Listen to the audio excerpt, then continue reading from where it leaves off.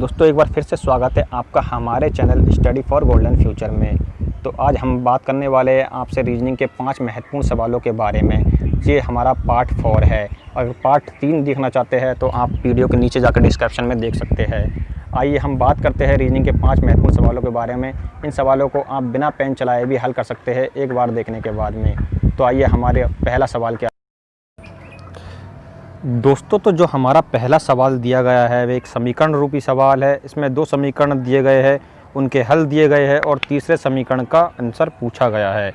तो आइए हम सबसे पहले इस सवाल को क्या करते हैं, पढ़ लेते हैं। तो सवाल में दिया गया है यदि 12 क्रॉस 6 बराबर 207 है और 14 क्रॉस 7 बराबर 809 है तो 13 क्रॉस 4 का मान कितना होगा।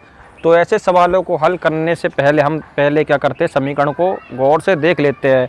तो समीकरण में क्या दिया हुआ है, 12 छिक्की 72, लेकिन इसमें दिया हुआ है क्या 207। तो इसमें 207 किस प्रकार से आ सकता है तो हमें ये देखना है। तो ऐसा हम क्या करेंगे इसमें कि 207 आ जाए तो हमें क्या करना है, 12 छिक्की 72। अब इस 72 को हमें क्या करना है, उल्टा कर लेना है, यानी 2 और 7 27, इसके बीच में लगा देना हमें 0। तो इस प्रकार से 207 बन जाएगा। इसी प्रकार से हम अब देखते हैं अपने दूसरे समीकरण को। तो दूसरे समीकरण में क्या दिया हुआ है, 14 सत्ते कितना होता है, 98। तो हम 98 इस प्रकार से लिख लेंगे और इसे उल्टा कर लेंगे तो क्या हो जाएगा, 89। इसके बीच में रख देंगे हम 0 इस प्रकार से। तो इस प्रकार से इसका भी आंसर आ जाएगा। और इसी प्रकार से अब हम हल करेंगे अपना क्या, तीसरा समीकरण। तो तीसरा समीकरण दिया हुआ है, इस समीकरण में क्या दिया हुआ है, 13 चक्कू दिया हुआ है 52। तो हम इसको मल्टीप्लाई कर लेंगे, 13 चक्कू कितना 52। अब 52 को क्या करेंगे, उल्टा कर देंगे तो कितना आ जाएगा 25 हमारा। इसके बीच में रख देंगे 0 तो क्या आ जाएगा 205। अब हमारा 205 कौन से ऑप्शन में दिया हुआ है ये देखते हैं। तो हमारा 205 दिया हुआ है ऑप्शन डी में, तो ऑप्शन डी हो जाएगा राइट आंसर। इसी प्रकार हम ऐसे सवालों को हल कर सकते हैं। उम्मीद करता हूं दोस्तों आपको ये सवाल समझ में आ गया होगा। तो आइए देखते हैं हमारा अगला सवाल क्या है। तो हमारा अगला सवाल दिया हुआ है जो एक श्रृंखला से है।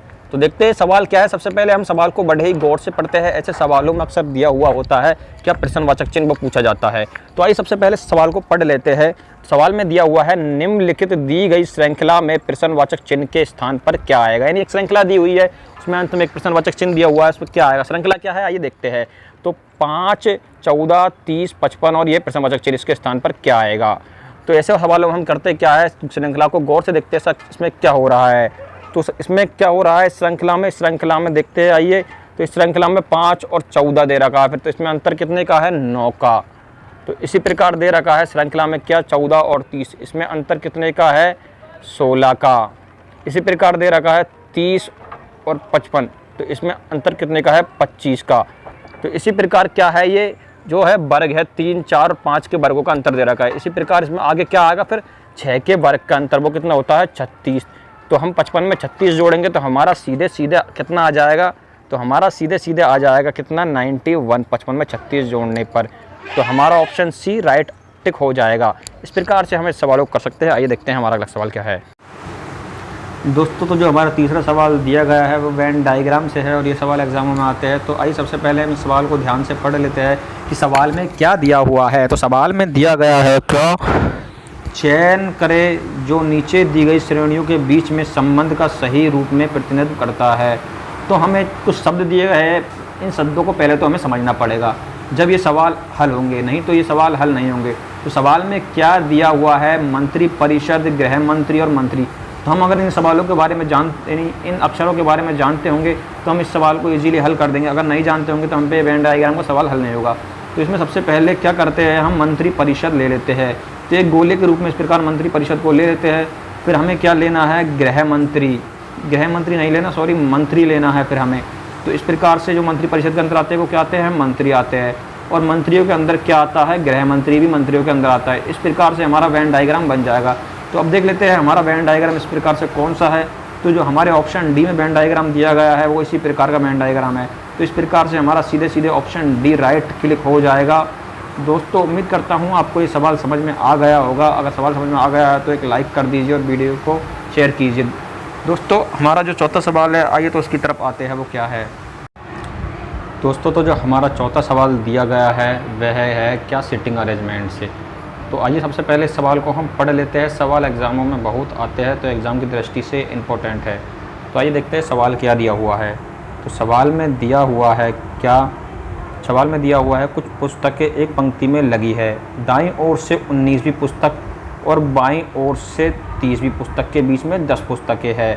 पुस्तकों की कुल संख्या 50 से अधिक है, तो पुस्तकों की कुल संख्या ज्ञात करें। तो हमें पुस्तकों की कुल संख्या इसमें क्या ज्ञात करनी है।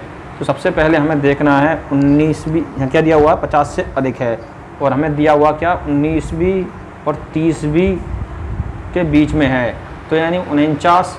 तो इस प्रकार से पुस्तकें 50 से अधिक तो वैसे ही होंगी। तो हम ऐसे सवालों को हल करने के लिए सबसे पहले क्या करेंगे, एक सीधी इस प्रकार से रेखा खींच लेते हैं। फिर हमें दिया क्या हुआ है दाईं ओर से 19वीं, तो इस प्रकार से दाईं ओर से 19वीं ले लेते हैं।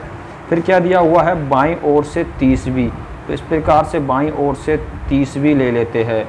तो इस प्रकार से हम ले लेते हैं। फिर क्या दिया हुआ है, बीच में दिया हुआ है 10 पुस्तकें हैं बीच में, तो इस प्रकार से बीच में लिख देते हैं 10 पुस्तकें। अब इन सभी को क्या करते हैं, हम जोड़ कर लेते हैं। इन सभी का जोड़ कितना हो रहा है 30 10 40 और 19 59। तो इस प्रकार से अब देख लेते हैं हमारा 59 कौन से ऑप्शन में आ रहा है। तो हमारा 59 आ रहा है ऑप्शन ए में।